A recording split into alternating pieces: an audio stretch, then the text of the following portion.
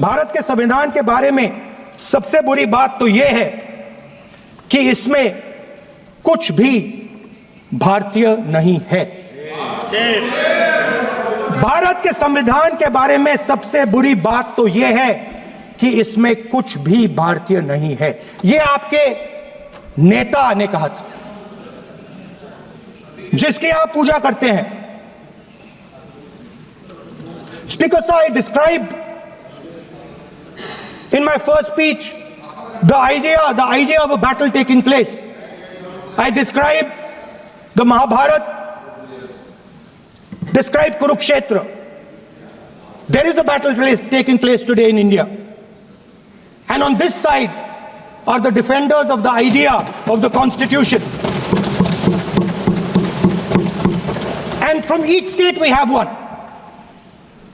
If you ask us Tamil Nadu, we will tell you Periyar. If you ask us Karnataka, we will say Basavana. If you ask us Maharashtra, we will say Phule ji, Ambedkar ji. If you ask us Gujarat, we will say Mahatma Gandhi. आप speaker को You praise these people. You praise these people hesitatingly because you have to. But the truth is that you want India to be run the way it used to be run. जैसे हिंदुस्तान पहले चलाया जाता था, वैसे ही आप हिंदुस्तान को चलाना चाहते हो। मैं बता रहा हूं, आ रहा हूं। पेशेंस रखिए थोड़ी, इतना एक्साइटमेंट नहीं होना चाहिए। यह अभय मुद्रा है। इसमें कॉन्फिडेंस, स्ट्रेंथ, निडरता कहां से आती है? हुनर से आती है, इस अंगूठे से आती है। ये लोग इसके खिलाफ हैं। जैसे द्रोणाचार्य जी ने एकलव्य का अंगूठा काटा, वैसे ही आप पूरे देश का अंगूठा काटने में लगे हुए हो। आप जैसे ही जैसे द्रोणाचार्य जी ने एकलव्य का अंगूठा काटा, वैसे ही आप हिंदुस्तान के युवाओं का, जैसे ही एकलव्य ने,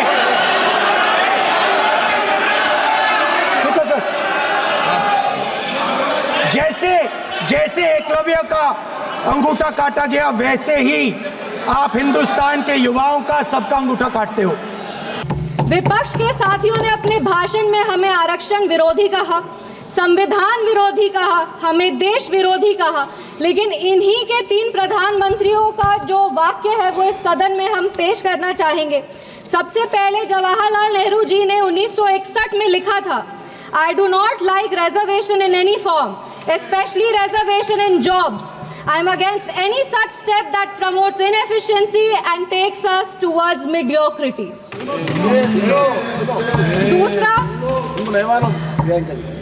दूसरा इंदिरा गांधी जी ने, नीरज चौधरी जी की एक किताब थी हाउ प्राइम मिनिस्टर डिसाइड्स, उसमें उन्होंने कहा था अपने तब के लॉ मिनिस्टर शिव शंकर जी को कि एक ऐसा ATR तैयार कीजिए कि सांप भी मर जाए और लाठी भी न टूटे। ये मंडल कमीशन के रिपोर्ट पे उन्होंने कहा था।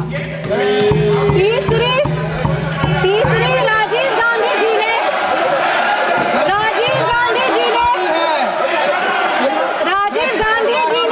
एक इंटरव्यू में आलोक मेहता को कहा था मार्च 1985 में, नो प्रमोशन ऑफ।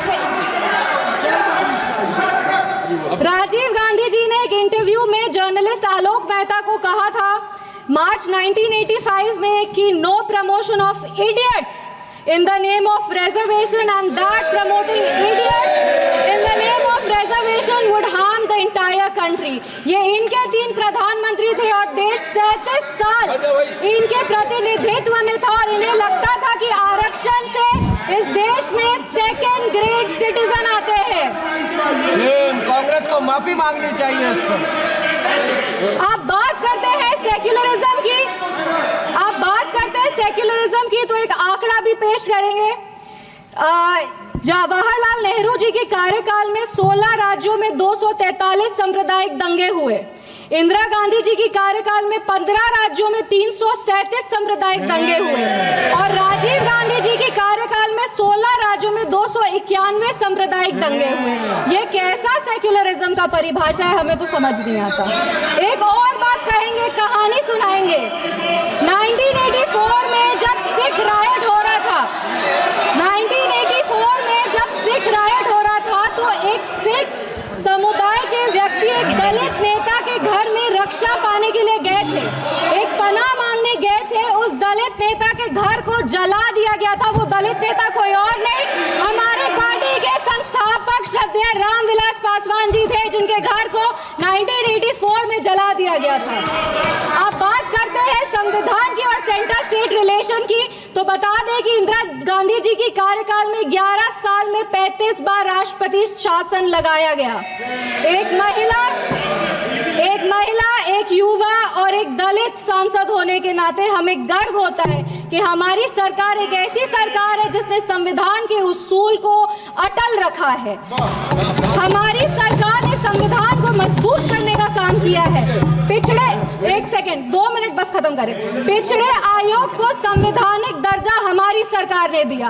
पिछड़े वर्ग से आर्थिक रूप से कमजोर जो व्यक्ति आते हैं उनको आरक्षण हमारी सरकार ने दिया।